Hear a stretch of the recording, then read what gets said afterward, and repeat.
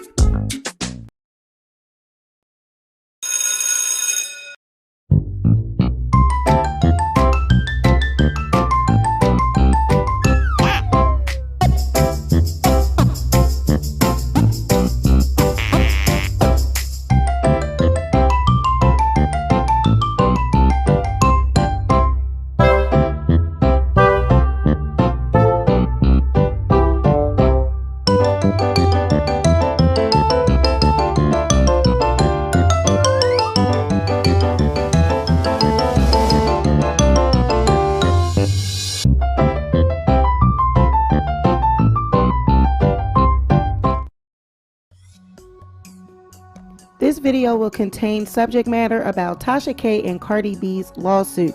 If you're going to remain in the chat, please be respectful. And if you are triggered by any of these type of topics regarding TashaK, I would suggest you click out now and come back at a later time when the content is more suitable to you. Again, this is a trigger warning.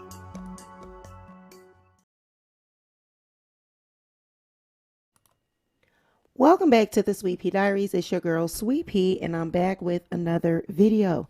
If you are a returning subscriber, welcome back to my channel.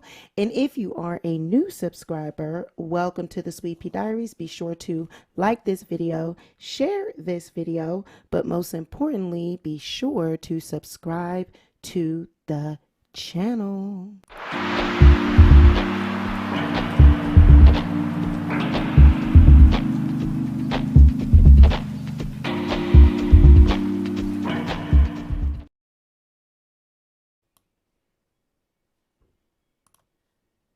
All right, quick roll call. Who we got in the building?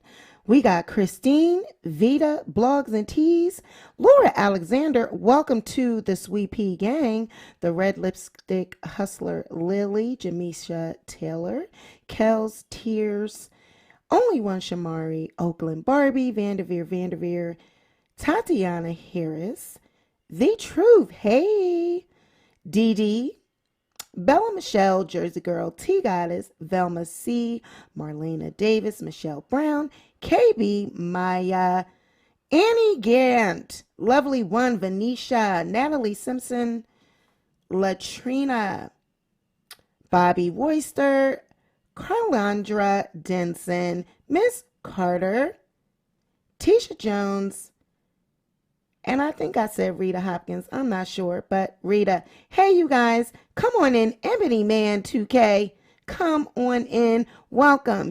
Says new subby here. Welcome to the channel. Okay, now let me get something straight because I think you guys are getting a little bit ahead of yourself. You're not reading the title, and I tell you guys, you got to be reading the title, and you can't get ahead of yourself.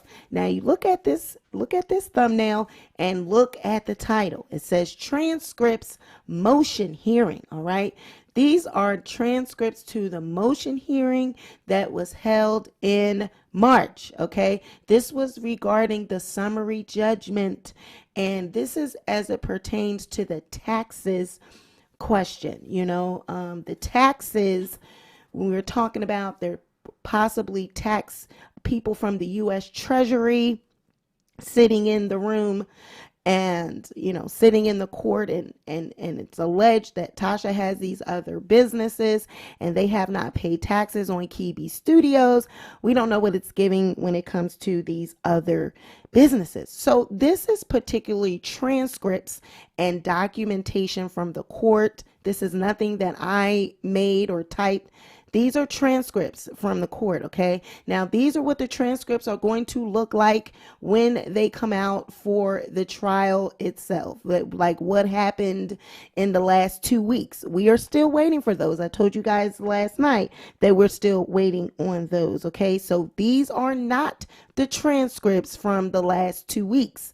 I particularly said motion hearing, so I don't want anyone to think that I'm leading you astray. So I wanted to clear that up because I started seeing comments. So I'm like, oh, I think everyone thinks that these are the transcripts from the last 2 weeks, and they are not. They are the transcripts from the summary judgment. It's 138 pages.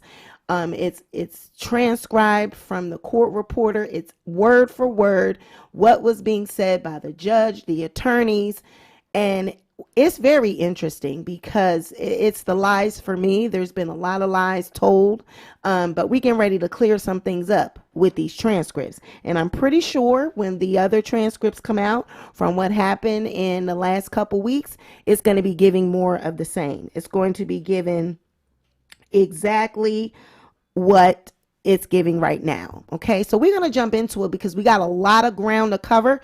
I took out what was the most important as it pertains to these subjects. So we know that TashaK and CardiB have been in this lawsuit, and their attorneys have been going back and forth prior to the trial. They had different hearings, Zoom hearings. We have those audios. You can go and check those out on the channel. We have the audio, and we even have a peek into the Zoom courtroom. Okay, so go check out those videos because, honey, people were sending me clips of this. I was working during the time, so some of this I didn't even get to watch or hear, but honey, my people had me covered. So go on and check out those videos, and you can get a peek as to what it was like in the courtroom. Okay, so let's just jump right into it. Okay, now, before the trial, each side, they wanted to present what they could actually enter in as evidence. So they had entered in motion in limines on both sides, and Tasha wanted to exclude certain information from being entered in as evidence, as did CardiB. But we found it very particularly interesting that it was suggestions or implications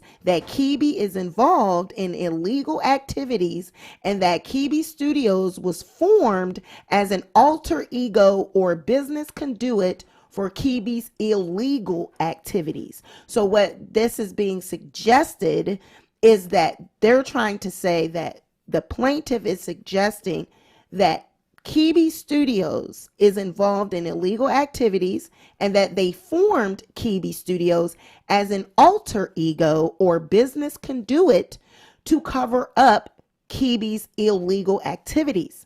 It says defendants seek to exclude any evidence, testimony, questions, argument, or comments indicating or otherwise suggesting that CardiB's purpose in forming CardiB Studios was to create an alter ego that would shield CardiB from criminal and civil liabilities.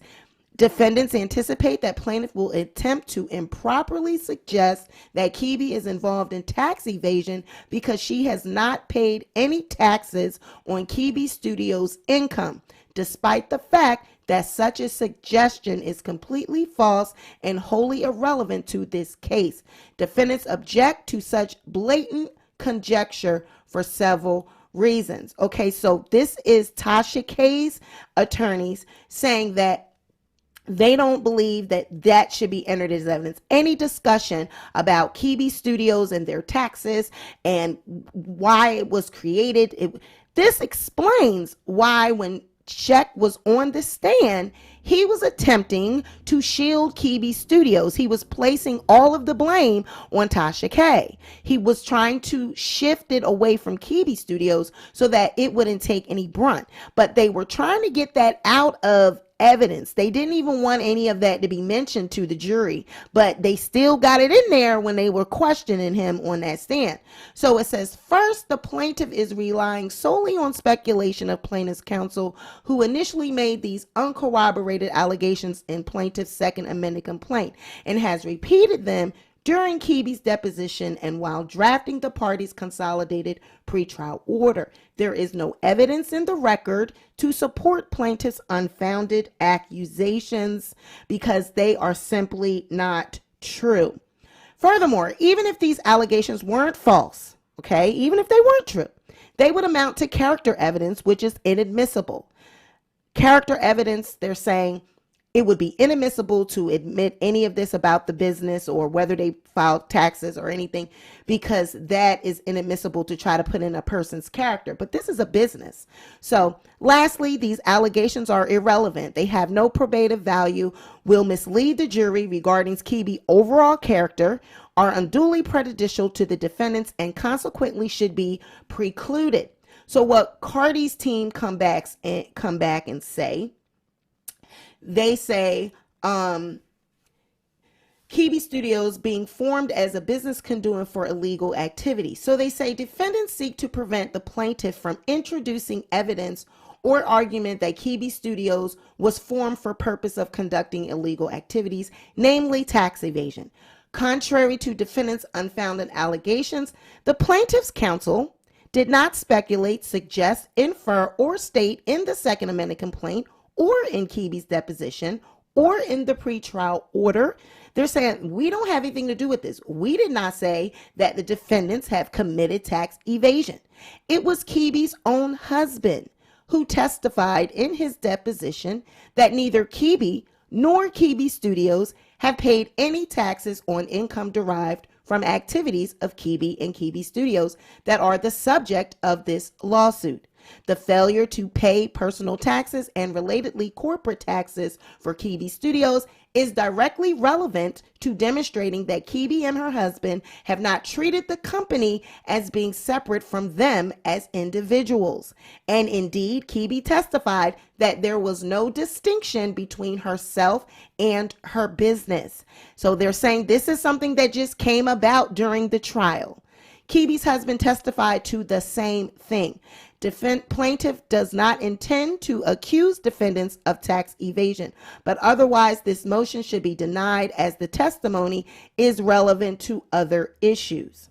So, moreover, to the extent defendant's motion could be construed more broadly to encompass other evidence, it also should be denied. Plaintiff is entitled to argue that Kibi and Kibi Studios are one in the same, i.e. an alter ego for purposes of being jointly and severally liable for the defamatory statements at issue, and the failure to pay either personal or corporate taxes is direct evidence that Kibi and her husband have not minded their corporate formalities, and they have commingled personal and business income. Ensuring the clear separation of corporate and personal activity, particularly in the realm of finance, is one of the most, if not the most important aspect of corporate formalities. There also is nothing improper whatsoever about plaintiff eliciting testimony that Kibi Studios was formed only for the purpose of providing a corporate shield and serves no other independent function. So they are stating, and I believe that it is, we're going to get ready to get more in detail with the actual court document, the transcript, as it pertains to when they went before the judge and they talked about this particular subject. What the plaintiffs are saying is that, listen, we did not bring this into the forefront. Defendant Kibi, her husband, did this in his deposition. He's the one that said they did not pay taxes on Kibi Studios. So this shows, what this shows is that they were not separate. They weren't operating down there as a business because there were no taxes paid. You can always get an LLC. You can always formulate that. You can get a tax ID number. You can get that from the IRS. Tax ID numbers are not financially. You don't have to pay for those. Those are free. You can go on a website online to the IRS and you can get a tax ID in a matter of 10 minutes. That doesn't mean that you are legally operating as a business. Just because you have an LLC and a tax ID does not mean that you are legally operating and paying taxes. Okay. So the paperwork might be there. There may be, papers that say you are a business, but until you're formally paying taxes, it does not detach you from your income. So that's what the plaintiffs are trying to show. Now, when we get over into the actual transcript, where we're going to talk about in court, where it was the court reporter transcribing it. Now, this is what this document is. This is the official back and forth of what was going on. So we're going to read this. So just listen up. All right. We're going to read it. So listen up. So it says, so let's first talk about the defendant's motion to dismiss CardiB Studios LLC. And please note that I have read what the parties have written. Now, this is the judge. I'm not saying you can't talk about what you've written, but I have read it. So I'm just letting you know that I guess Olga, could you pronounce your name one more time for me? And then Olga comes in and says, it's Ismailova, the judge. Ismailova, so very phonetical. I don't know. Okay, Miss Ismailova, if you could go first, please. Second page, I'm waiting. Miss Ismailova says, and I'm just going to say Olga because I'm not going to read that name every time. So you just have to pay attention because it's going to jump from her saying this and then the judge. So now this is Olga's statement to the judge. Well, given the fact that Your Honor did read the motion, the gist of our claim is that while we did consent to the plaintiff amending their complaint to add additional claims, additional facts about defamation, and to add special videos, there was specific language that we had agreed upon as to what their amendments would actually be. When they, in fact, did file the second amended complaint, there was a new co-defendant that was added at that time, which was the last day of the discovery period, as Your Honor is aware.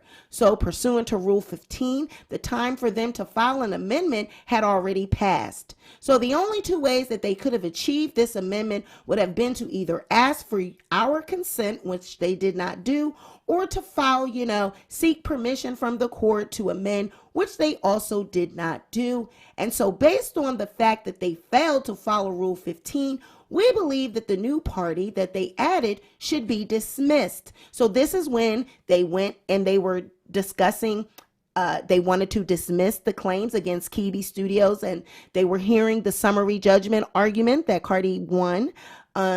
But they were trying to get CardiB Studios dismissed. This is around the ruling and the time when TashaK they were adding the CardiB Studios and Star Marie was being dropped. So Star Marie had been dropped as a co-defendant and they added CardiB Studios. So Olga and them was down there trying to get it dismissed. Because if we now are adding a completely new defendant to the case where we're at the end of discovery, summary judgment motions have been filed, motions to compel have been filed. This is just going to prolong the case unnecessarily. There is absolutely no allegations in the actual amended complaint other than them, putting the CardiB LLC in the title. There's nothing in the actual complaint. Now, this is all Olga, right? This is Olga talking to the judge. There's nothing in the actual complaint itself that alleges what, any actions of CardiB LLC or any causation between their actions and the plaintiff's damages. So based on all of those facts, we believe that the co-defendant should be dismissed. We're not arguing that they shouldn't have been allowed to amend it per our initial agreement. That's still fine with us, but just in regards to adding this new co-defendant. So then the judge says, it sounds like what your position is that there are two things here. One, you allege that there's been a technical violation of the privilege that the plaintiff would have had to amend. So we'll put that on one side. And I think probably that's a fair point to make. The other argument you make is essentially, I'm going to distill it down for you when you say it would be unfair. So, this is not a new claim in the sense that all of a sudden we had a contract case and the plaintiff says, oh, by the way, there was a tort committed here that's somewhat related and I want to bring that tort.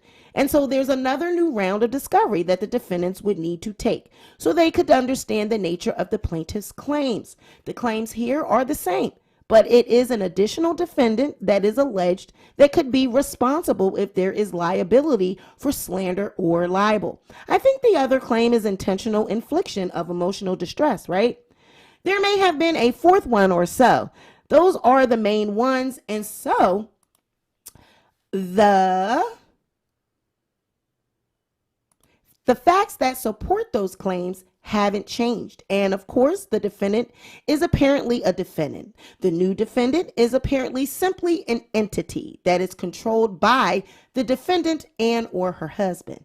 And then the plaintiff also adds that they weren't even aware who of that entity was or that it existed until very late in the game. So I don't want to say late in the game. I mean, late during the discovery process. I think after her deposition was taken, there was some communication during that meeting. So I guess my point is, or my question really is how is it unfair to the defendant?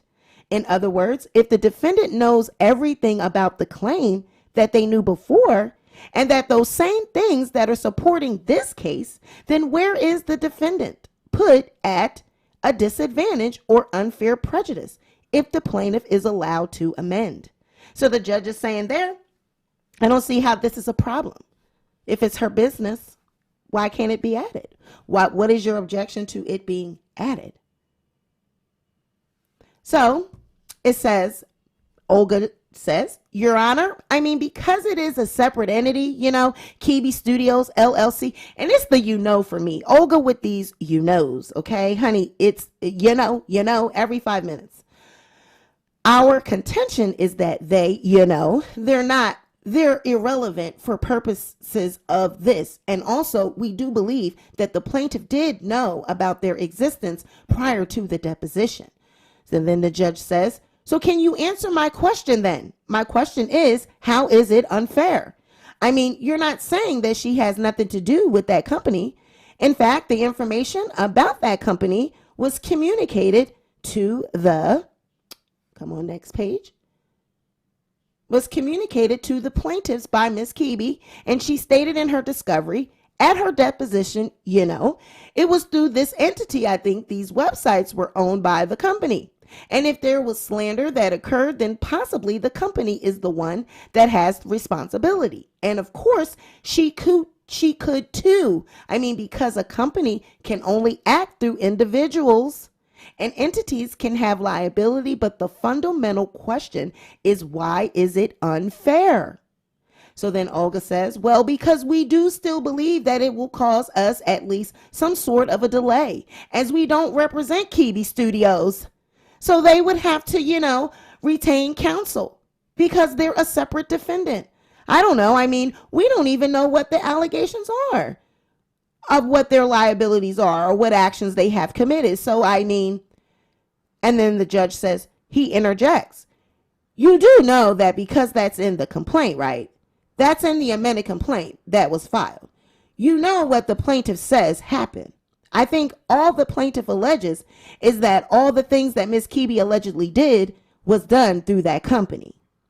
And then Olga says, well, Ms. CardiB's husband, who's her, business manager, also did a deposition, testified that, Ms. CardiB had her YouTube channel and her brand prior to them ever establishing this CardiB Studios LLC. It was a specific purpose for them to establish that particular company. And it was not for the purposes of, running the YouTube channel. That's an issue in this case. In addition to that, when they did establish the LLC, none of the documents, none of the assets, nothing merged from Ms. CardiB's YouTube channel and that brand with this new company. So the judge says, so who ran? Who ran?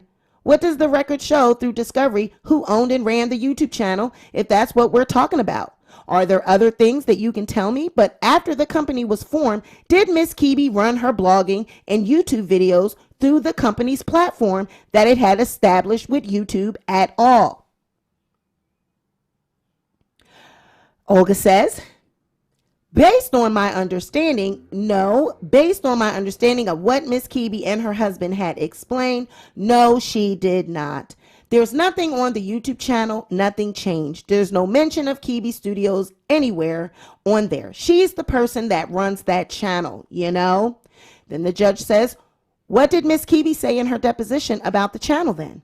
Olga says, she said, and then the judge says, I'm sorry, let me rephrase that. What did she say in her deposition about the company's relationship to the channel, her YouTube channel?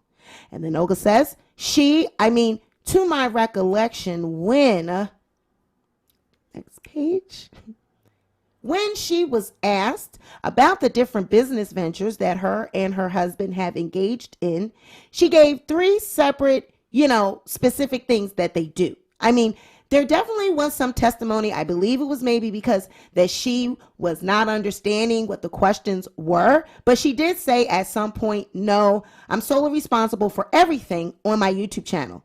Then she said, well, my husband and I have this company and I am, he and I are the company. And then in the next deposition, which were her husband's, he stated that the company was, created for the sole purpose of getting involved in like production of movies and such, and not what Miss Keeby does on the YouTube channel, that their assets are, from what Miss Keeby had going on in YouTube when they established a new company did not merge. There was not agreements that anything merged together. So that's where my understanding is.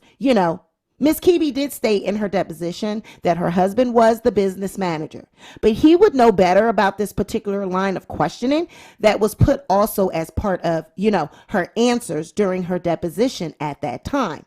And then the judge says, and so you are representing then, based on what you understand, is that there is no registration with YouTube or anything like that relative to the company and how Miss Keeby published the videos that the plaintiff says was the problem here. So I guess Olga getting ready to respond, honey. So then Olga says, not through YouTube. Obviously the company is registered with the state, the Secretary of State of Georgia, but it is my understanding that the name online with Tasha, the name Unwind, it says online, but they meant. It is my understanding that the name Unwind with TashaK, which is her brand, if you would, has been and was before this company. It still continues to remain that. There was no edits made to the YouTube channel or anything like that, even after the company was established. So then the judge says, okay, before I talk to the plaintiff, anything else you want to say about this? And then Olga says, no, Your Honor. And then Your Honor says, all right, thank you.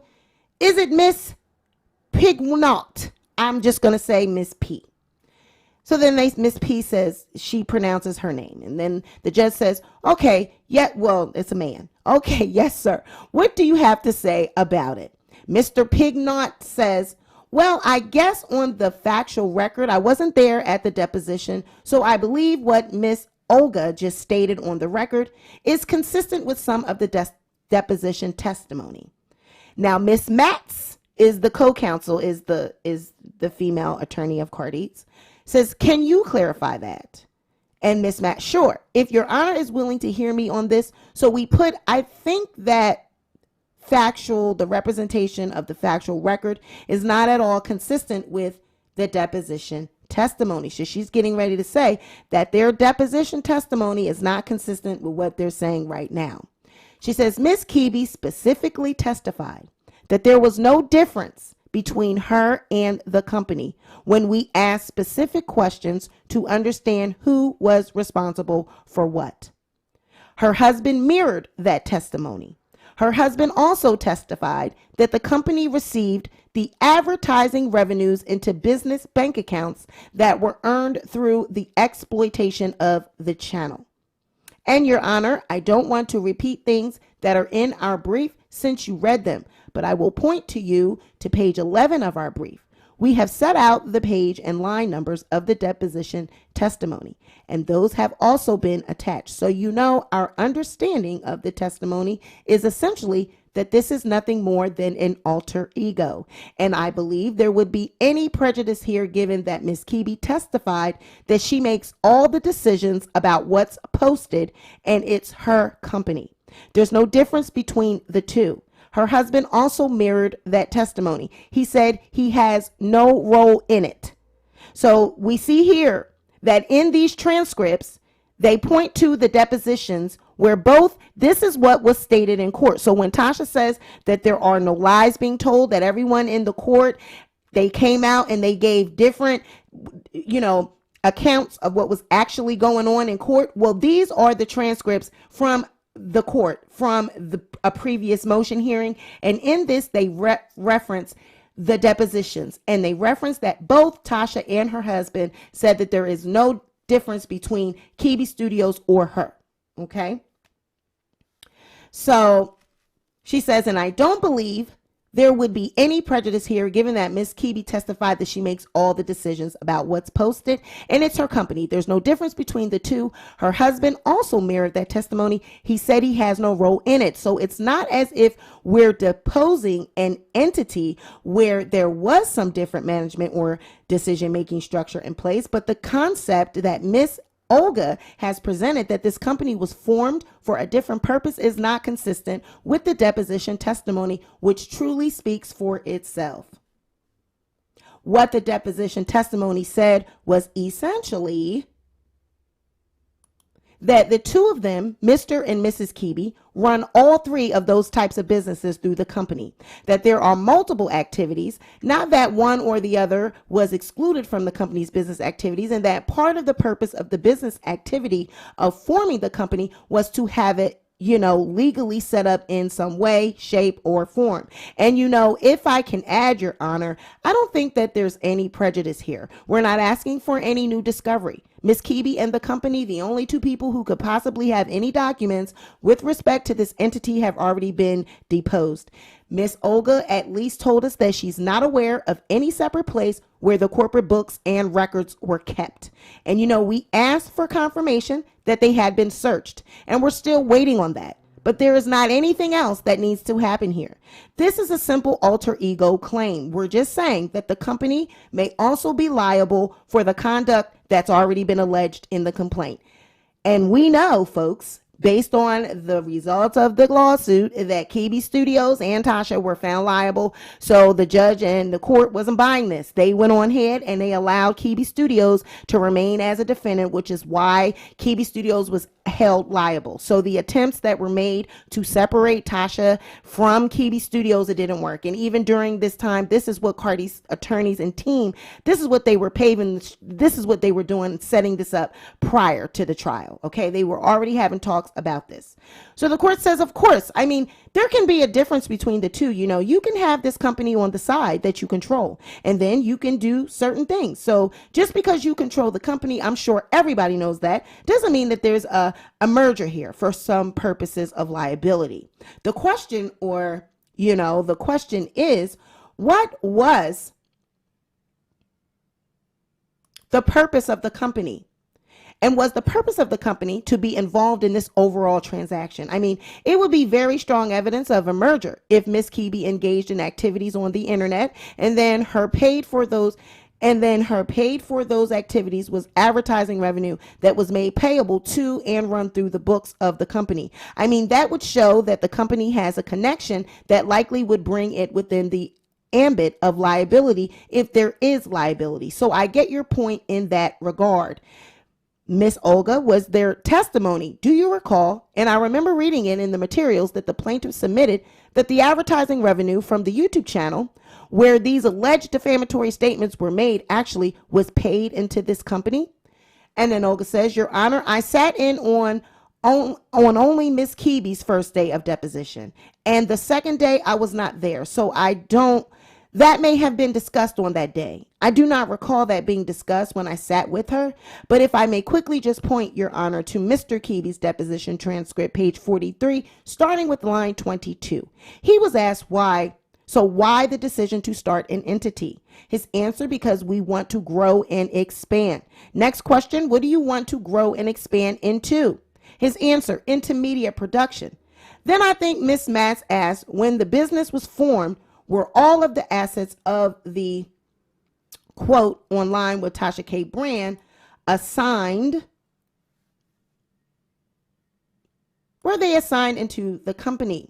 Then Mr. Keeby had asked Miss Matz to clarify the question several times. So I'm moving down to where he finally, I think, understood what she was asking. Page 45 of the transcript, starting on line 17. The question was there an assignment agreement to the company? He says, no. Or perhaps a contribution agreement? He says, no. They're talking about after the company was formed. So then the judge says, what would there be to assign in a business that produces videos for the internet? I mean, a computer, a video, a camera? And then Olga says, based on the questioning of opposing counsel, they said that their assets related to the ongoing business, such as the brand, the videos, and things like that. So then the judge says, the brand, the assets related to the brand, what would that be? We're talking about a woman who goes online and posts things that she's heard about people that are famous. So what kind of assets might there be? Okay, so now this is a question that a judge is asking, a federal judge. But then people question me when I ask these type of questions or when I have these thoughts. We're just online, people. We're just posting videos.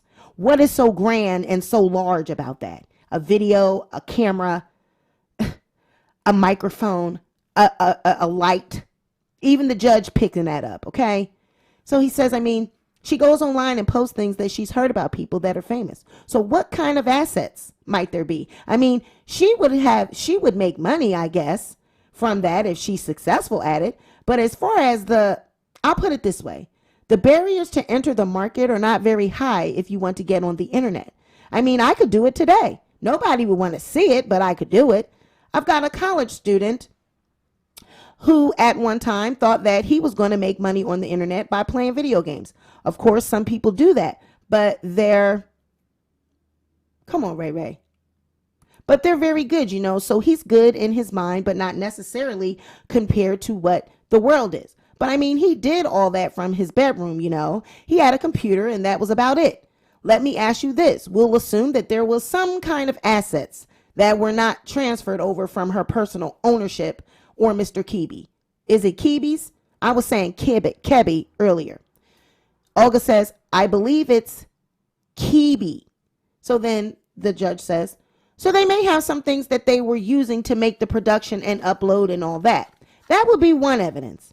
Not one bit of evidence about whether or not the company is related, whether or not they transferred assets. But would you not agree that if there was revenue derived from the very same activities, publishing stuff online, and that revenue was run through the company, that would tend to show that maybe the company is related to the production and publication of these videos?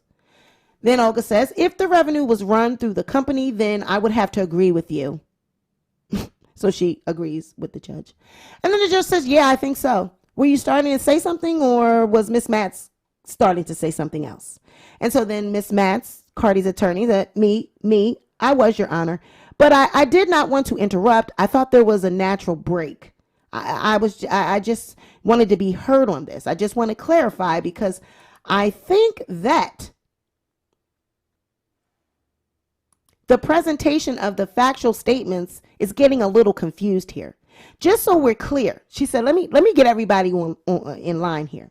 Just so we're clear, Mr. Keeby, in his deposition testimony, when there were questions about asset transfers, and just so you're clear, Your Honor, part of the reason these questions were asked is because a failure to follow corporate formalities would also be evidence of an alter ego. And if it's clear that the assets were being used for the purposes of the company's business. So what she's saying is, because they have not followed corporate formalities, filing taxes and such, and separating the business from themselves, the business is nothing but an alter ego. It is just a place for her to make her videos, to do her things that are outside of TashaK, outside of Latasha Transrena Kibi. Kibi Studios is the alter ego where she goes and does her business, okay? It's just an alter ego. It's not a formal company because they don't pay taxes. All right, so that's what they're saying there. It says, but when he was asked if things were transferred by any type of a written agreement, he said no. And then I said, who owns the assets now? And he said, there is no agreement in place. So it's the both of us, even though we're married. I said, so you're saying the two of you individually own the assets, not the company. And he said, it's the same. And I said, what do you mean it's the same? Answer, it's the same. What's the same? The company and us are the same. And so then she says, question, okay, so there's no difference between the two of you and the company. Is that what you're saying to me? And he said, yes. The line of questioning is on page 46 of the deposition, Your Honor. And just so Your Honor is also clear about the factual record here, because I do think that this is incredibly important, that revenue being derived from these business activities being run through the company would be indicative of the company participating in those activities on page 61 of the deposition. When I was asking about where various sources of advertising revenue came in, because we only had certain advertising revenues had been produced, and I was trying to understand if there was additional evidence of revenue that had not been produced, which was clear that there was. I asked him specifically where it went in, and I said, okay, what about Stripe? Stripe is a payment processing platform, Your Honor. I know there's a lot of them, and I said, okay, what about Stripe? Stripe, we used to have a YouTube consultation service on our website. They were built into a website with their consultations. Yes. So did you receive?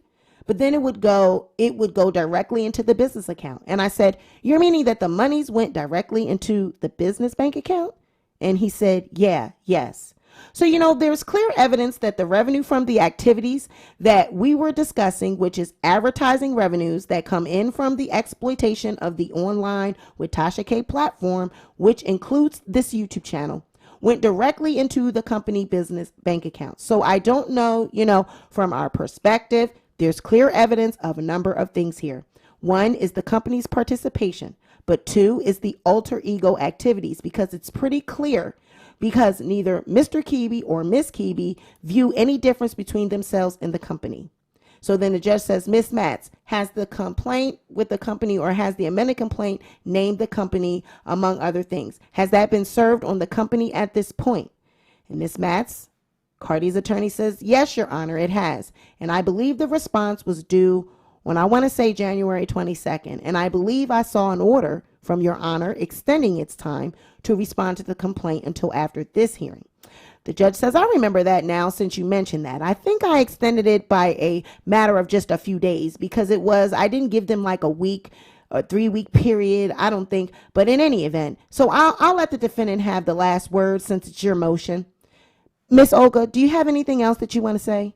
And Miss Olga says, no, Your Honor, I just submit on the argument that we've made in our brief.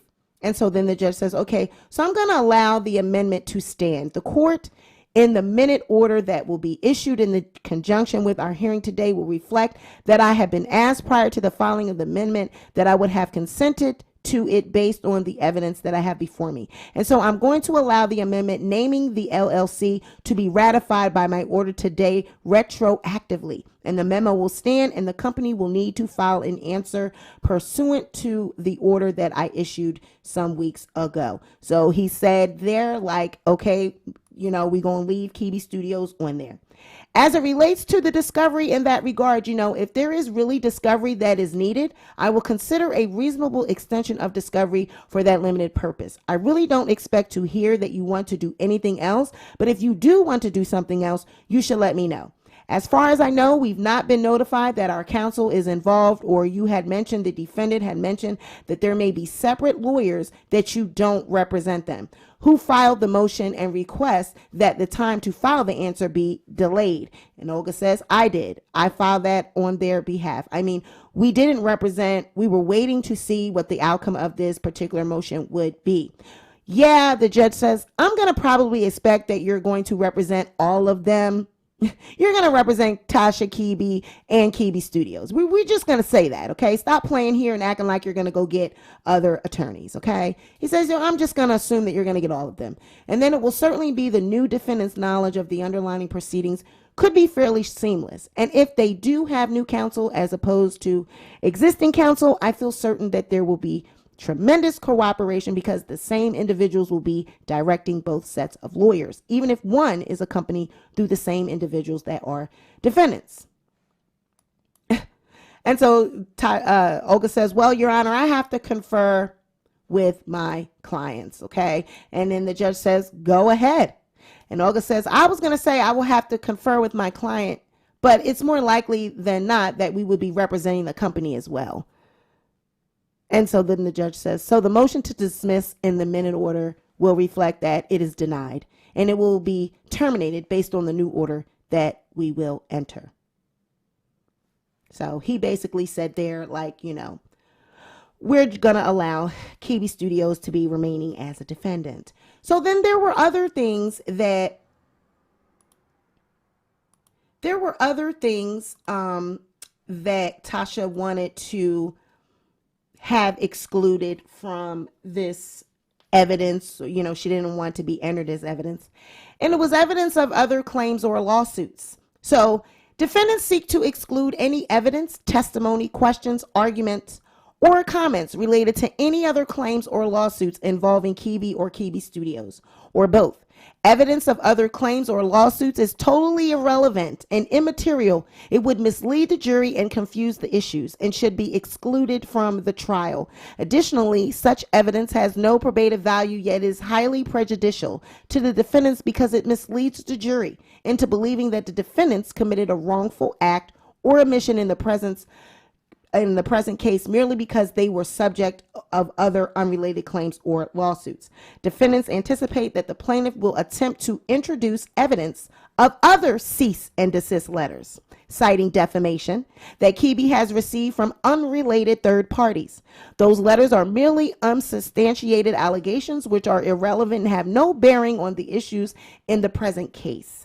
Plaintiff's reference to same would serve no legitimate purpose and would only arouse prejudice and passion against the defendants, so they should not be admitted. I thought that was particularly interesting because they are admitting that each side knows that there are some other cease and desist that could possibly show the jury and show that this is a pattern, that there are other people that want to sue TashaK as well. So they didn't want that to be entered in as evidence.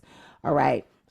They also did not want the settlement compromise and discussions about the settlement to be entered in. And I find this because Tasha knew that these documents would be accessible to the public. She knew that the public would be watching and getting these documents. So there were things that she didn't want to be entered in. She didn't want people to know that there was discussion of a compromise. She didn't, this whole settlement. She wanted it to look like it was Cardi that was issuing settlement, that would entertaining settling with her and giving her money when her claims were tossed out of the building. So defendants seek to exclude any evidence, testimony, questions, argument, or comments about discussions or offers regarding possible compromise or settlement, including email correspondence between CardiB and plaintiff's counsel while CardiB was pro se, communications by or among the parties or their representatives regarding possible settlement or compromise are not admissible as evidence. So they're saying they don't want this entered. And now there was an email, okay, that went back and forth about settlement. So they said, defendants seek to exclude evidence concerning any offers or compromise between the parties. Rule 408 prohibits the use of offers of compromise for the purpose of proving liability or to impeach prior inconsistent statements, but permits the use of this evidence for other purposes. Defendants have not cited any specific documents on plaintiff's exhibit list that are the subject of this motion or in any way explain their precise concern about how those documents could be used. The motion is not sufficiently particularized and thus should be denied. So that was Cardi's team's response, that should be denied. They said the only document that they could be referring to, the only document that they could be referring to on her exhibit list is an email from CardiB to plaintiff's counsel, which is not marked as a settlement communication. It does not reference settlement at all. CardiB admits. Now, listen at this. I honestly have no idea if those things were true about Cardi. Now, this is an email communication between the attorneys and TashaK. Okay? This is between Tasha and Cardi's side. This is prior to the lawsuit. All right. She says, I honestly have no idea if those things were true about Cardi, and indicated that she would take the videos down. The defendants then took down the videos that contained the defamatory statements, but then reposted them only a couple days later, even though she admitted to not knowing for sure whether the statements were true. So they have an email. They have communications in an email where Tasha communicated behind the scenes with the attorneys that she knew the information was not true. So she had taken the videos down briefly, but then put them back up. Okay? So she admitted to know.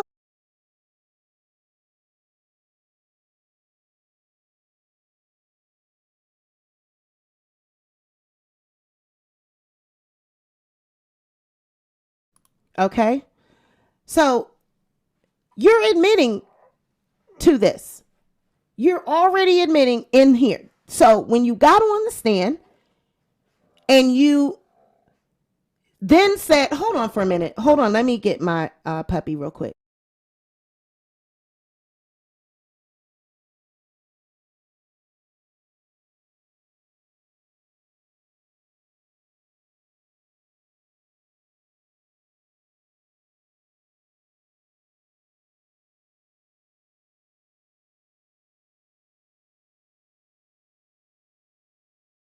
Okay. So yeah, so we have this is in the court document. So like I said, there will be going forward, there will be transcripts that come from the 2 weeks last week, and they will also be giving the same backup. All right.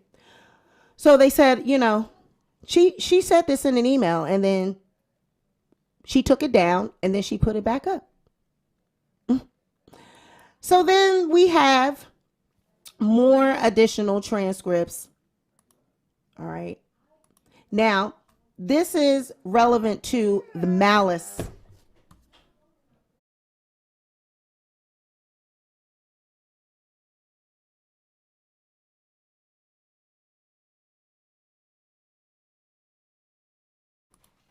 Okay, so this is regarding the actual malice, okay?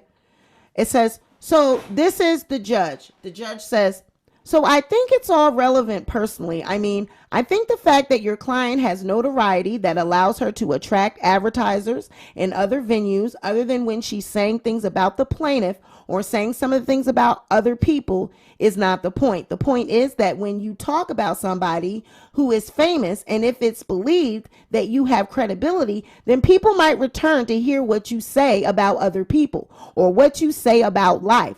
Hey, famous actors that advertise, and some do, and I know some choose not to. They advertise about a lot of different things. And if their notoriety that they have from their acting life carries over to that,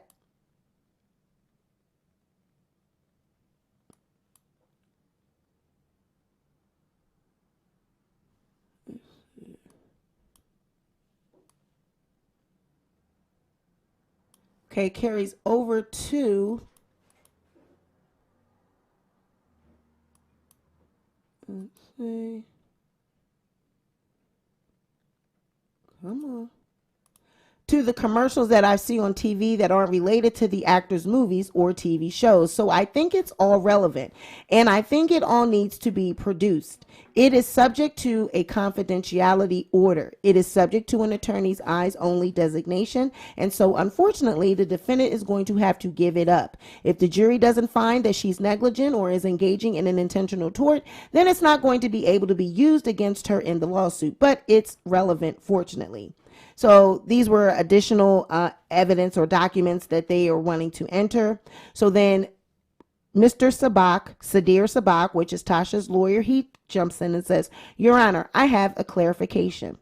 And then Olga says, so for purposes of arguing that she, reports on the plaintiff with malice, that's what Miss Matt said, that she was requesting that these third-party advertising contracts for what? So in this actual exchange, they wanted Tasha's contracts, her third-party advertising contracts. They wanted, proof of that, and they wanted it entered in court. And so her side was arguing that it wasn't relevant. And so the judge was trying to tell them why it's relevant. Like, you're getting more advertising revenue from being a blogger.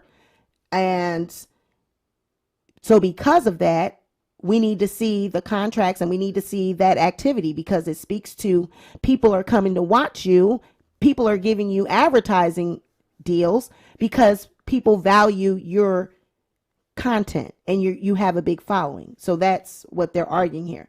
So the court says, it's like I said, the fact that she might become famous because she goes out and she says things about one celebrity can drive revenue to her other endeavors because she becomes famous when she does. And so the more revenue you've earned, the more famous you've become as well, because that's at least in the eyes of the advertisers. They wouldn't give you money if they didn't think you had a lot of influence.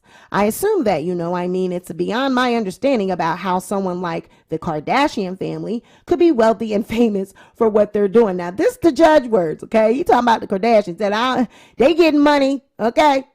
He says, but they are, right? And I guess people don't, if that show is still on, people don't like to see the Kardashians because of what they do on that show. It's because of everything. It's about all the stuff that's on the internet, like the mother was married to, the world's greatest athlete and happened to go through some incredible life changes himself or herself now, It's all part of the same package. I think the information is discoverable. So yes, I'm ordering that it is produced as requested. And then Cardi's attorney says, thank you, Your Honor. And then the judge says, anything else?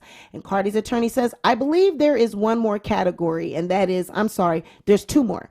I apologize, Your Honor. The next is copies of published and unpublished content just about our client. And just, Your Honor, is clear. The defined terms in here limit this to statements about our client.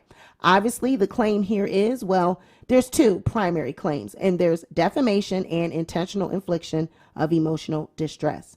Ms. Kebe has made repeated statements about our client on multiple platforms, continues to do so. We propounded these demands, asking for copies of everything, all the statements that were made about our client that were published, and, to the extent that they were unpublished ones as well. Those should be produced. So they're arguing here about, the content that they wanted turned over. Our understanding is there was an agreement to produce them. And there was some production of these, of course, but there have been additional videos that have been discovered that weren't initially something that we were aware of. And then Ms. Kebe also started publishing videos on another platform called Patreon, which is more private and it hides behind a paywall. And I don't actually know all the places she could be publishing these videos. So we asked repeatedly to confirm that all that has been produced. So I don't know that there's been recent talk about someone deleting their Patreon, but it was specifically mentioned in the transcripts that they were on to the fact that content is being published different places. So even on the app, even places, they are aware of that. So there was some supplementation, and Mr. Sabak said that he still needed to confirm that it all had been produced. So they were asking for, we want documentation, and we want the videos, everything that you've produced, unproduced, all your everything. We want that uploaded, sent over to us. So they were stating that even with the additional content that was being produced. They were not sure if everything had been turned over to them because it's been so much. Through the beginning of this lawsuit 3-4 years back, those videos, they had them. But all of the recent stuff, into 2020, 2021, they said we need those as well. It adds to our case. So we would like to know that it has all been produced, and we'd like production of anything that hasn't. But I do believe we know that there's content that has not been produced because there have been additional videos that Ms. Kibi has published, even as recently as, I believe, January 29th.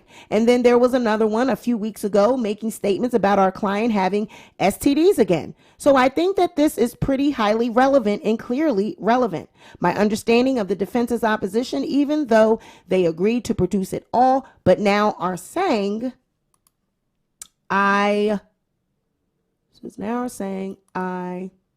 don't really know what the opposition is, but one of the points they made is, we shouldn't have to produce the unpublished communications because a statement has to be published in order for it to be defamatory. And while I'm aware of the publication requirements for a statement to actually constitute defamation, the content is irrelevant. It's far broader than that. And so then the judge interjects and says, I don't understand what you mean by unpublished. You mean something that she prepared that was never distributed? And then Miss Matz says, yeah, exactly. Maybe she recorded, maybe there's an uncut version of something where she recorded a longer version, but only published a shorter one. Ms. Kibi has made repeated statements against interest in videos that we know about, meaning that she published videos saying that she knew that some of the stories about our client were lies before she published them. So we believe there could be other videos out there with similar statements against interest that may or may not be published. So the request is we just want copies of all the videos, published or unpublished, that are about our client.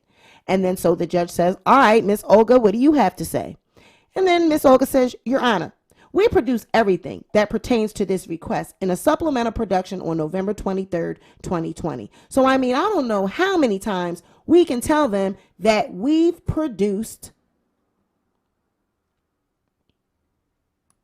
everything. And so then the judge says, I'm sorry, when did you produce it? And then Olga says, November 23rd, 2020. And then the court says, so did she have some recent video in January as stating? And here comes Olga. I'm not sure. I guess I could look into that. But, at the time we were producing things, with the idea that the discovery was closing on the 30th. We produce all the published and unpublished that they asked from all of the platforms, Patreon included. So, yeah. And then the judge says, it doesn't sound like we then have a dispute then that you've produced it. And then Olga says, correct. And then he says, but then you will have to continue to supplement your production up to the date of the trial for anything else. So what I'm going to look for is some clear certification given to the plaintiff, a reasonable time, a week or so before trial, that everything has been produced. And, maybe there will be nothing else that occurs, but we want everything. There may be, if in fact the defendant did not produce statements about the videos that the plaintiff says they're aware of in January, I guess I'm looking for a certification that there is nothing else. And then if the plaintiff, let's go ahead and do an interim certification that everything has been produced. And who knows when this case will go to trial. We'll say every 60 days there needs to be a recertification. So he basically was saying, at this point in March of 2021, he was saying, they're telling me that your client has videos in January. You're saying you produced everything up to 2020, November 23rd. You gave them everything as of that time.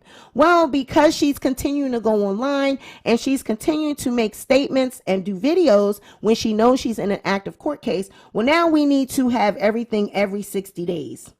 Okay? Every 60 days, we need to have recertification that everything has been produced. And if the plaintiff is aware that there's something that was not produced, then the plaintiff can follow up with the interrogatories about that specific item if they want to, or they may just choose to wait and use it for impeachment purposes at trial. I would say, all right, you had one other item, I think. And so Ms. Matt says, yes, Your Honor, and it's related. We've asked for communications related to the videos about our client. And, during Ms. Keeby, there's 3 email accounts at issues. And during the deposition, there was a testimony giving essentially that Ms. Keeby didn't even search them. And it's pretty clear at this point that there is responsive communication that hasn't been produced. I mean, I can give you a couple of bare minimum examples. For example, both my law firm and a predecessor counsel had sent cease and desist letters to Ms. Keeby that she and her husband testified might have been forwarded. Nobody remembered seeing them, even though, just so Your Honor is aware, there was actually a response to both letters by email. None of those were produced by the defendants, even though we produced copies of the ones we had. But obviously, it's incumbent on both sides to produce all communications. But that's not my bigger concern. My bigger concern is that there's a lot of other communications out there that we don't have. Even the communications that would have obviously been relevant. For example, with Miss Starmarie Jones, who used to be a co-defendant in this action, but was never served and has been dismissed. But Miss Jones did an interview that was one of the primary examples of defamation that Miss Keeby published, accusing my client of having an STD and contained a lot of defamatory statements. And we didn't get copies of the text messages between Miss Keeby and Miss Jones. Some of them we literally got during the deposition on November 30th, and it's not clear to me there has been any type of a search. There's also at least 2 other individuals we're aware of, Shauna Leaks and another individual named Kyle.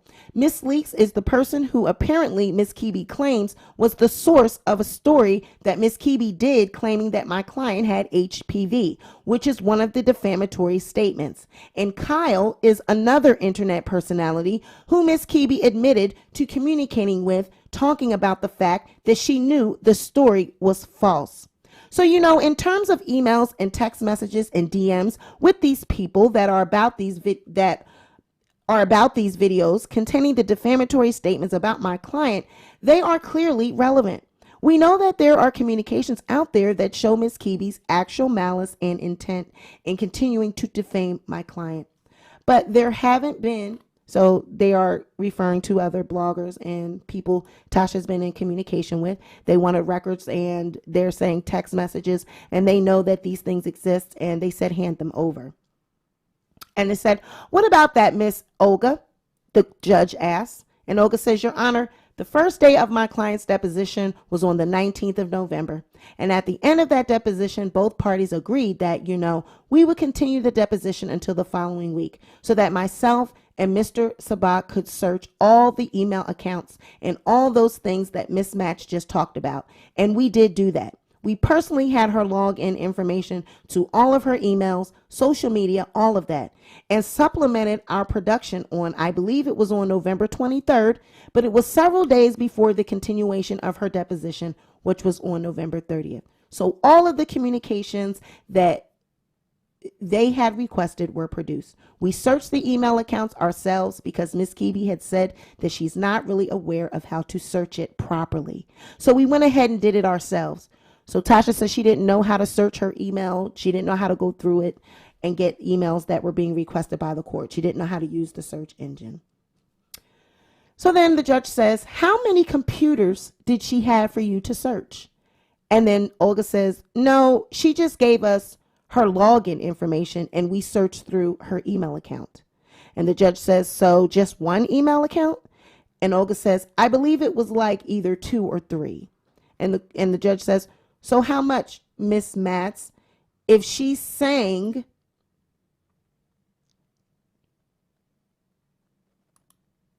they produce everything they've got, you don't think they have? So what do I do with that? And then so Miss Matz says, so first of all, I know they have it. If they search the emails, where were the communications with my law firm? She's saying, you didn't give us any of that. So they're saying, we've been emailing you. And if you produce everything that was in that email, we would see our emails as well. So where are the emails? You didn't give us everything. Ms. Matt said, if they search the emails, Where were the communications with my law firm? I'm sorry, that's just a blatant misstatement. It's not possible. We know that things exist that were not produced. And the testimony about Kyle, the gentleman that she testified she had communications with about the fact that she knew that the story was false, were on the 30th, in the deposition on the 30th. So whoever this Kyle is, Tasha put it on him in her deposition that, it was brought up and testified during the deposition that she had a conversation with Kyle, and she testified that she had communications with him about the fact that she knew the story was false. All right. So then the judge says, okay, so what do you want me to do? What are you asking me to do? And then Miss Matt says, is there a reason that they can't be put into some sort of a third party platform and a search run, and we either get a keyword hit results or something like that? Because, I rarely say this, but I frankly just don't believe that. I don't believe that there has been a search run. And so Olga says, Miss Matz is like lying to the court because she knows that we took the whole weekend. We stayed here all weekend and did all the searches that they asked us to do and produce all the communications my client had. If she wants us to reproduce the cease and desist letter that my client got in 2018, we can do that. And so then the judge says, but wait a minute. Are you telling me you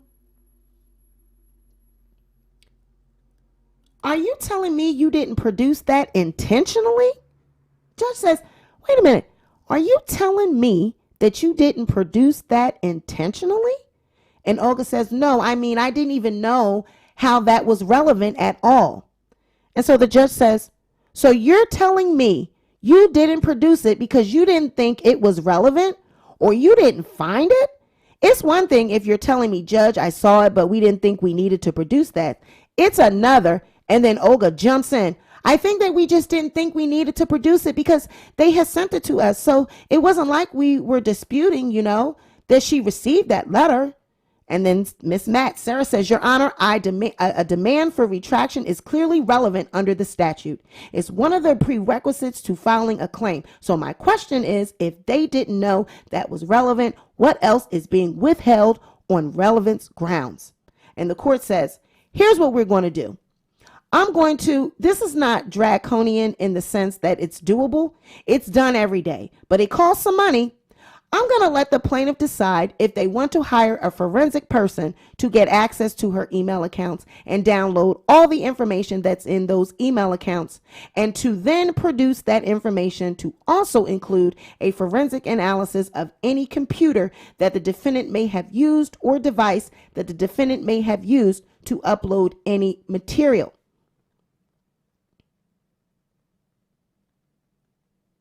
So I don't know what came of that.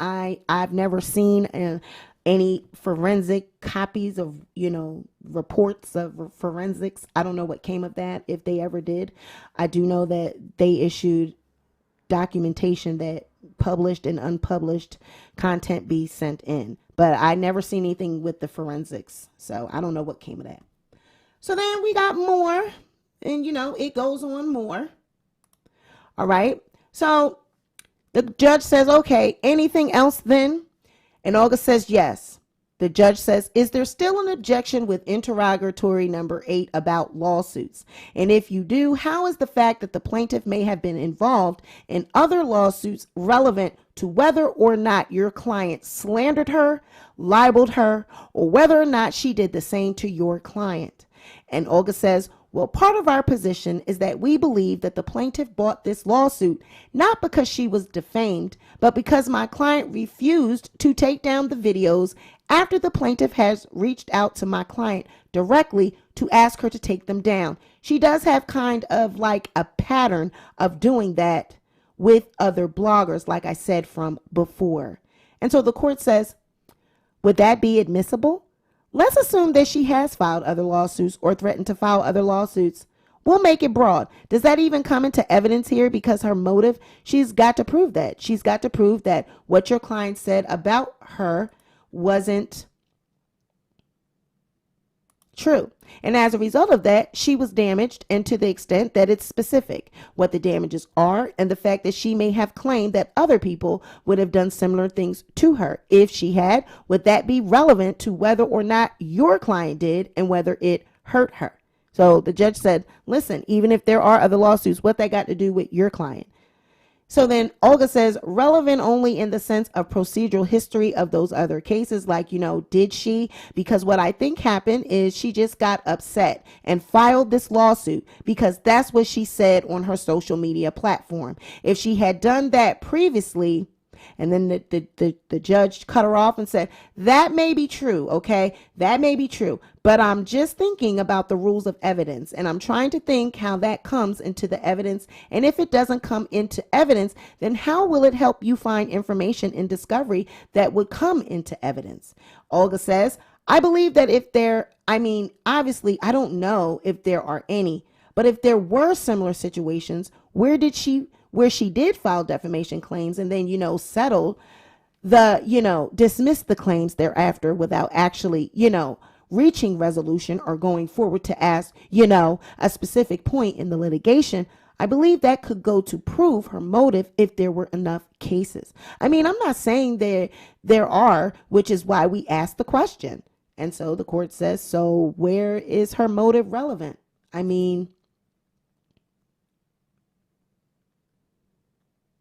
Her motive. She could be angry as heck about what your client said about her, but that's not an element of whether she wins or she loses. And she could be as litigious as some people that have recently left public office, but that wouldn't really be relevant to whether or not what your client did was wrong and whether or not she was harmed by it. I understand. And then Olga says, I guess I'm coming from the fact like plaintiff knowing that the statements are not false, still filed this suit simply because she was angry or upset.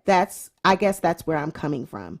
And then so the judge says, but if we're at the hearing and you can even ask her, how many other lawsuits have you filed before in your life? Or let's just make it a different kind of case. Let's make it a personal injury case. Someone got hit by a car and they sued, but yet they've been hit. They filed 10 other kinds of personal injury claims, not involving the same part of the body, okay? So we're not talking about whether it was a pre-existing condition or something like that. Does the fact that they have always sued people when they think something has occurred that was wrongful to them, would that affect their ability to sue someone else? And I recognize that it could, if the question is whether they were alike. In this particular case, what we have is what your client says. Was it true? And did it hurt her? And the damages are really sort of undefined. I guess maybe the only small element there is her claim that she had some mental distress for it. But that doesn't sound like to me like a big part of the case if all she had was a couple of $1,000s in therapy fees and a good bit of that was travel. So I just don't think that's relevant, and I don't think it's designed to lead to the discovery of admissible evidence, which is the standard in Georgia state court. I'm not exactly sure I haven't been a federal judge long enough to know if that's exactly the way we look at it in federal court, but I think it is. So the Miss Matt says, it is, Your Honor. And so then the judge says, and so I think on interrogatory number 8, I'm not going to make any orders with regard to that as set forth in your motion. Interrogatory number 10, what didn't they do there that was right? So Olga says, well, specifically in the answers, we were seeking plaintiff's communications with other bloggers because she does communicate with numerous bloggers, okay? And in their response, they specifically responded with regards to all the other users and left out bloggers completely from that response. And then the judge says, did they address anything about bloggers at all? Did they object to providing the information about bloggers? So this exchange here is Olga's team stating that they requested that Cardi's team send over communications that Cardi has had with other bloggers. And they're saying that they never produced it. And so Olga says, I'm sorry, Your Honor, I couldn't hear you. And so the judge says, did the plaintiff object to providing you information about bloggers that she had communicated with? And Olga says, I mean, they made an objection to this interrogatory saying that it's vague. The judge says, I've got it before me, and have you discussed this matter with the plaintiff at all? Olga says, yes, Your Honor. I mean, we sent these interrogatories at the beginning. The court says, yeah, I mean, have you had a conversation with either of the counsel today that are on the phone today, Miss Matz? And Olga says, numerous times, Your Honor. The judge says, well, let me ask Miss Matz or Andrew. So what's the deal here? Is your client refusing to tell the defendant if she had communication with bloggers about Miss Kibi? And so then CardiB's attorney says, so there's two things here, Your Honor. The first is that there was a meet and confer about this specific issue about, the definitions and it was actually identified in a letter. And the plaintiff, when they offered to narrow this request, they actually took out the word bloggers. Okay. So they said turn over all communications, but they didn't say bloggers. They didn't have the word bloggers. They took that word out intentionally. And so August says, no, we did not. We didn't do that.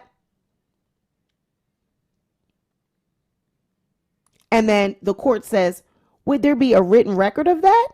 And so CardiB's attorney, Ms. Matt, says, I'm pretty positive it was in the discovery letter that was in the court. But either way, if there is, if there is some who is a blogger and who is not a blogger, I think is a very vague question. And that's part of what we put in this motion here is that, a blogger, the way it's defined is someone who writes in an online journal. And the way it's being used in this case refers to anybody. It could potentially refer to anybody with an Instagram account. I mean, I don't know how to define the scope of that. We have produced communications with certain people that they have identified as, bloggers. And I think that there could be a discussion about what this means and what they're really looking for. But the term blogger is very, very vague. And that's part of the issue here because, so the court says, how about this? How about we reform this whole thing to say, if the plaintiff has had communications with anyone other than privileged communications with counsel or perhaps her medical providers, that she identified to whom she has spoken with about Ms. Kibi and what she has told them and when she told them this. How about that?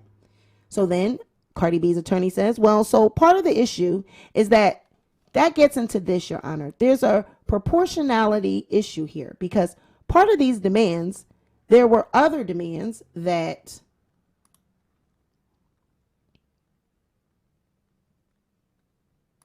asked for communications about Ms. Kibi, and the parties met and confirmed and narrowed it down to a time frame that was rationally related to the information that the defendant was trying to get after. And specifically, this was geared towards their claims of harassment and their claim, not harassment, assault and IIED, and there's a time frame.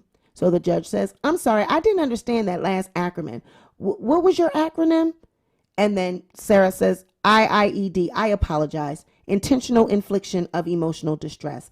There's a time frame when they have said that, our client. They're alleging that our client undertook certain actions that caused this and the demands, because this is not the only demand that touches on this, right? There were other demands that referenced specific people and other communications, and the demands were limited to a certain time frame. And we did produce documents that were responsive in that time frame. So, to say produce, identify any person she's ever had a conversation with about Kibi ever. I think that there is a real proportionality problem there. And as Your Honor is aware, and so the judge says, wait a minute. We're talking 2.5 years. It's limited on August 1st, 2018. No, that's your objection. I'm sorry. So yeah, it wasn't limited in the question itself. He's like, I don't know what y'all doing here. So these exchanges, we could go on and on and on, but we're not going to read 138 pages worth of transcripts. But I brought out the most important ones that I thought were important in what has been going on online lately with as it pertains to there are lies being told. They did not throw each other under the bus, where we clearly see that in the depositions earlier and in the transcripts just now, they state that TashaK and her husband both were on one accord, and now when they got into court, it was giving something different. So I'm pretty sure when we get the transcripts from what happened in the trial in these last 2 weeks, it's going to be giving more of the same. This is the exact format. This is what they're going to look like. They're going to be typed up. They look like typewriter because it's the court. It is a typewriter. That little small typewriter, that person that be in there just going. That's exactly what these records are. It will be transcribed word for word. So if there were any, trip ups on stand, we're going to know exactly what was said. This will include CardiB's testimony, TashaK's testimony, and that's what we're gearing up for in the next couple of months. We are waiting for those transcripts. They're going to be hot off the press.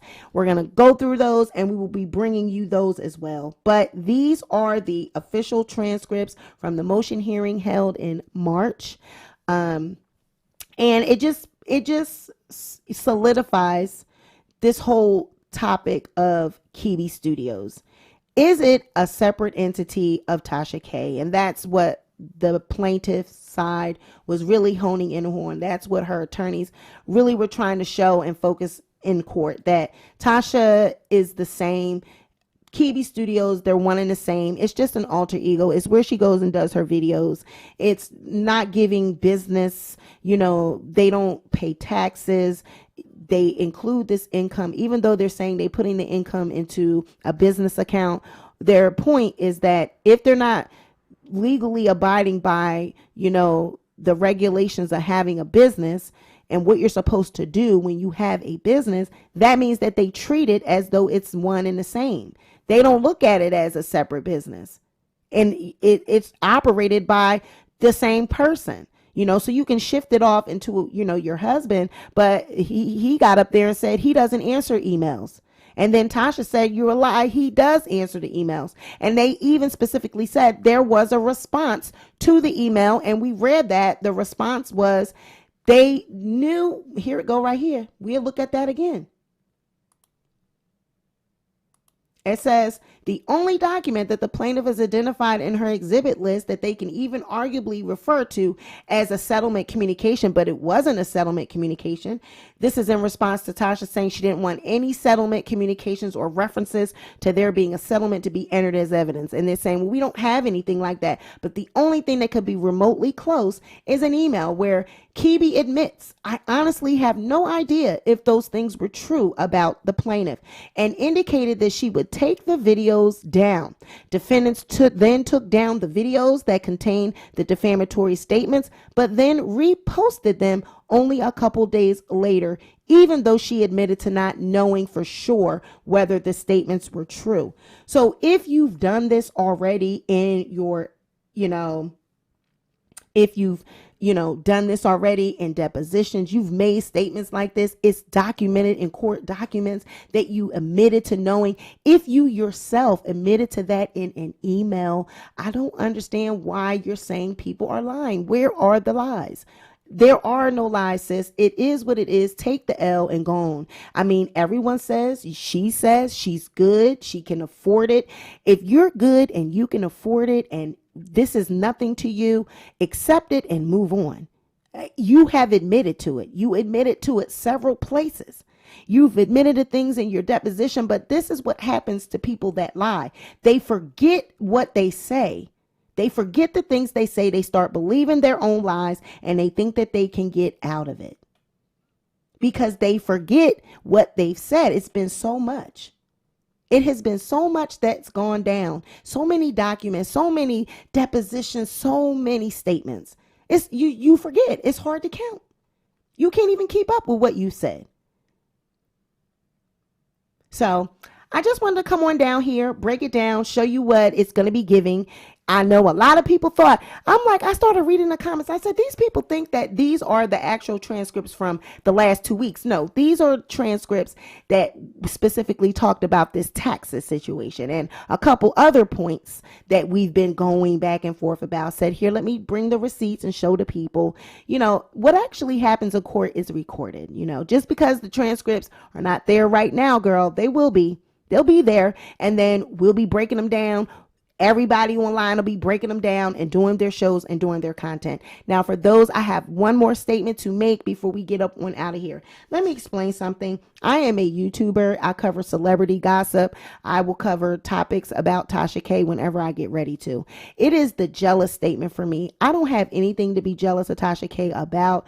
Her having a large number of subscribers is great. She has been on YouTube for a long time, so she should have a large number of subscribers.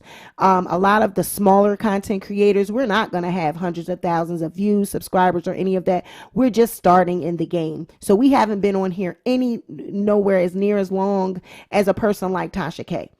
So where we are is where we need to be. We're doing topics that you ask for. The people want this. It's 1,000 people in this chat. Shout out to all 1,001K of you, because I've been seeing the numbers go up, down, and you guys have hung in there through the entire video. So thank you for that. Be sure to hit that like button.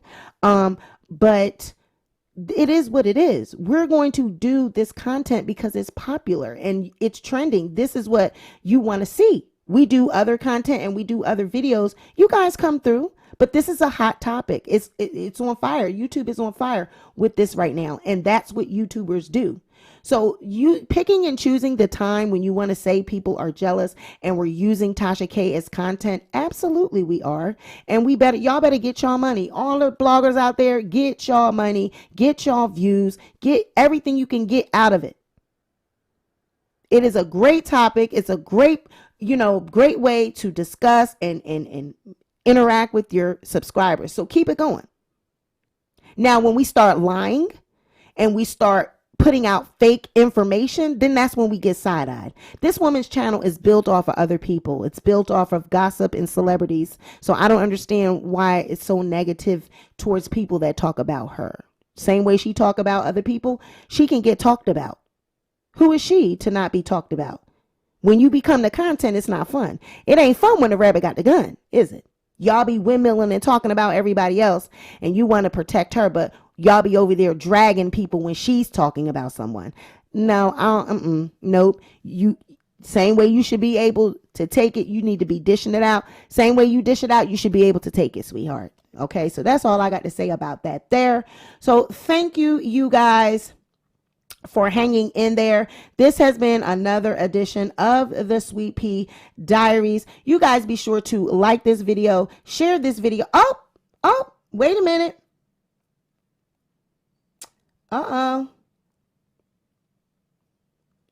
Okay, I did see it earlier, but it went away and I would have shouted you out. But it went away and I can't see it anymore. So thank you for subscribing and thank you for liking and thank you for joining. I see the numbers. I see all the people that have subscribed. So thank you so much for that. Be sure to like this video, share the video. Most importantly, be sure to subscribe to the channel and we out, y'all. Bye.